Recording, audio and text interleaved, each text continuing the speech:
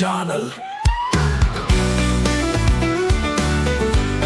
ఇది విద్యార్థుల గమ్యం, మార్గదర్శి, ప్రేరణ ఇచ్చే విజ్ఞాన సమాహారంగా విజయ పథం వైపు నడిపించే Mohan master mind edutech channel.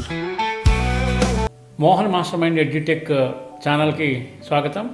ఈరోజు వీడియోలో ఎటువంటి కాలేజీలో మనం మన పిల్లల్ని జాయిన్ చేయాలి, విద్యార్థులు మీరైతే ఎటువంటి కాలేజీలో జాయిన్ అవ్వాలి అనే విషయాన్ని ఇక్కడ క్లియర్గా మీకు ఇన్ఫర్మేషన్ ఇస్తాను.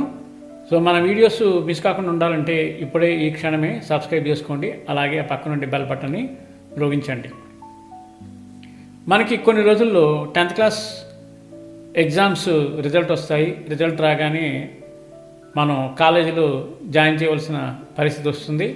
అయితే ఈ పాటికే అడ్వర్టైజ్మెంట్ స్టార్ట్ అయిపోయి, సో స్కూల్ నుంచి అడ్రస్ గ్యాదర్ చేసి ఇంటింటికి teaching staff, non teaching staff అడ్మిషన్ల కోసం రావడం కూడా జరుగుతుంది. కాబట్టి మీరు వాళ్ళు ఎన్ని చెప్పినా వినండి. వాళ్ళు చూపించే సినిమాలు అంటే వీడియోలు అన్నీ కూడా చూడండి. చూసిన తర్వాత స్వయంగా కాలేజీకి వెళ్ళి కాలేజీలో క్యాంపస్ చూసి, ఒకవేళ హాస్టల్ అయితే హాస్టల్లో ఉండే రూమ్స్ అన్నీ చూడండి. తర్వాత ముఖ్యంగా గమనించవలసిన విషయం ఏంటంటే, మీ పిల్లల్ని ఏ కోర్సుల్లో జాయిన్ చేస్తున్నారు, ఏ గ్రూపుల్లో జాయిన్ చేస్తున్నారు క్లారిటీ తెచ్చుకున్న తర్వాత, ఫర్ ఎగ్జాంపుల్ సిఈసి, ఎంఈసి గ్రూపులు ఒకవేళ మీరు జాయిన్ చేయాలని అనుకున్నారనుకోండి, మనకి లాస్ట్ ఇయర్ సిఈసిలో ఎంతమంది పాస్ అయ్యారు, ఎంఈసిలో ఎంతమంది పాస్ అయ్యారు, ఎంతమంది వెళ్ళారు, ఎంతమంది పాస్ అయ్యారు అనే విషయం మాత్రం క్లియర్గా అడగండి. అంతేగాని వాళ్ళు చెప్పే ఇంత పర్సంటేజ్ అంత పర్సంటేజ్ అని కాదు. మీకు క్లియర్గా అర్థం కావాలంటే ఎంతమంది వెళితే ఎంతమంది పాస్ అయ్యారు అనే విషయాన్ని నొక్కి మరీ అడగండి. నెక్స్ట్ అలాగే కోర్సెస్ ఉన్నాయి, సిపిటి అని, క్లాట్ అని, నెక్స్ట్ ఇంకా ఇతరితర కోర్సులు చాలా స్టూడెంట్స్కి ఆఫర్ చేయడం జరుగుతుంది. ఒకవేళ మీరు ఆ కోర్సుల్లో జాయిన్ చేయదలుచుకుంటే ముఖ్యంగా అడగవలసింది ఏంటంటే, ఇప్పుడు సిఏ సిపిటి ఉంది.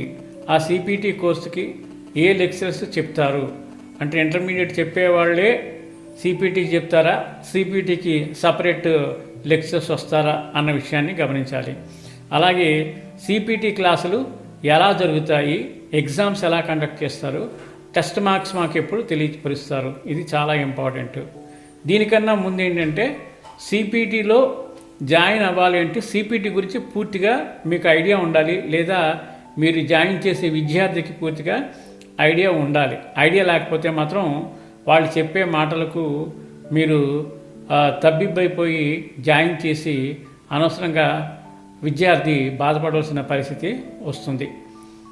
ఓకే, ఈ విషయాన్ని మాత్రం క్లియర్గా మీరు గమనించండి. అలాగే సిపిటిలో లాస్ట్ ఇయర్ ఎంతమంది పరీక్ష రాశారు, దాంట్లో ఎంతమంది పాస్ అయ్యారు అన్న విషయం అడగండి క్లియర్గా. ఎంతమంది రాస్తే ఎంతమంది పాస్ అయ్యారు, అంతేగాని వాళ్ళు స్టేట్ ఫస్ట్ ర్యాంక్ వచ్చిందండి, స్టేట్ థర్డ్ ర్యాంక్ వచ్చింది అని చెప్పినప్పుడు మాత్రం వాటి మీద ఎక్కువగా మీరు ధ్యాస ఉంచకండి. ఎందుకంటే ప్రతి కాలేజీలో ఒక ఇద్దరు ముగ్గురు తెలివైన స్టూడెంట్స్ ఉంటారు, వాళ్ళకి ఎలాగైనా ర్యాంకులు వచ్చేస్తాయి. ఆ ర్యాంకులు దాన్నే బేస్ చేసుకుని మీరు మీ పిల్లల్ని జాయిన్ చేయొద్దు. అంటే ఎక్కువ మంది స్టూడెంట్స్ పాస్ అయినట్లయితే అక్కడ క్వాలిటీ బాగుందని అర్థం.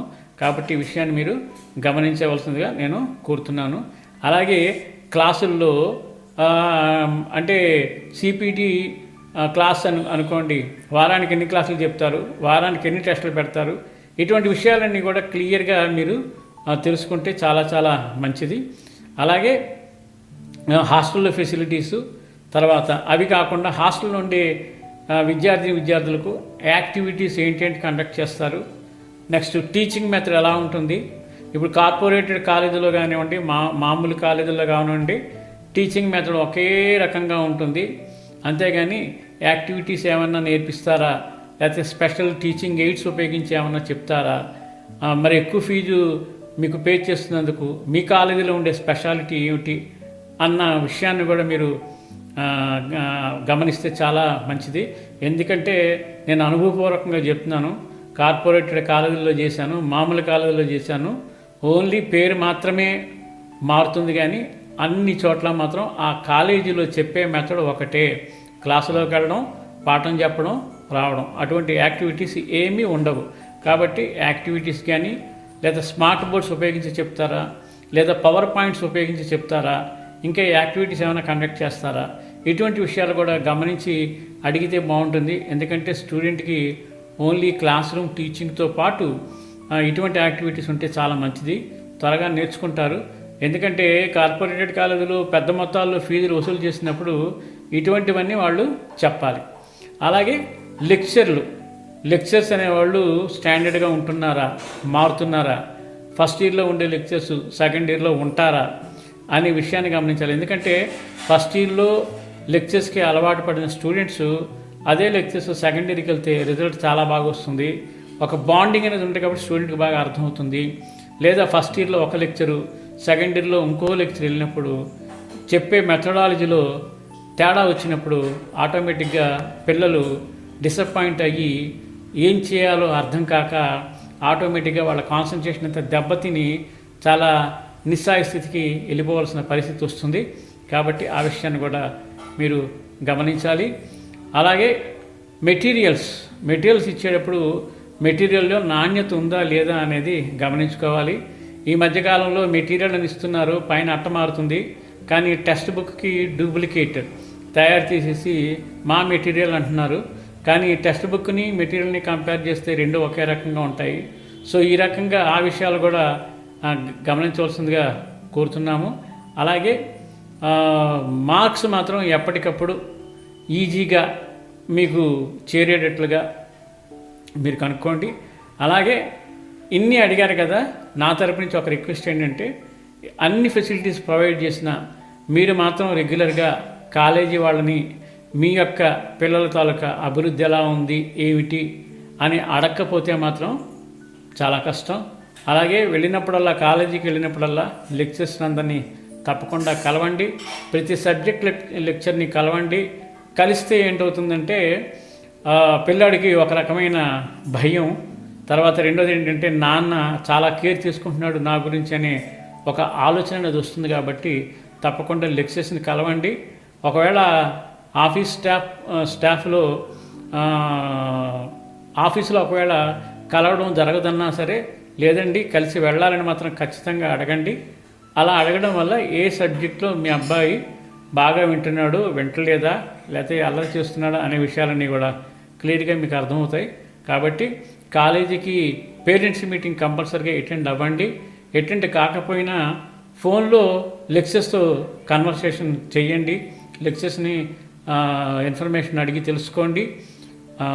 ముఖ్యంగా ఏంటంటే లెక్చరర్స్ మీకు కాల్ చేయడం కన్నా యాజ్ ఏ పేరెంట్స్ మీరే గురువులకి కాల్ చేసి అడిగితే చాలా మంచిది. ఎందుకంటే గురువుల్ని మనమే అడగాలి, అంతేగాని గురువులు ప్రత్యేకంగా ఫోన్ చేసి చెప్పడం అనేది నా దృష్టిలో మంచి పద్ధతి కాదు అని అనుకుంటున్నాను. కాబట్టి ఈ వీడియో నచ్చితే ఓ 10 మందికి షేర్ చేయండి. అలాగే ఇటువంటి మరికొన్ని వీడియోలు మీకు కావాలనుకుంటే తప్పకుండా మన ఛానల్ సబ్స్క్రైబ్ చేసుకుని ఆ పక్కనుండే బెల్ బటన్ని మ్రోగించండి. ధన్యవాదాలు.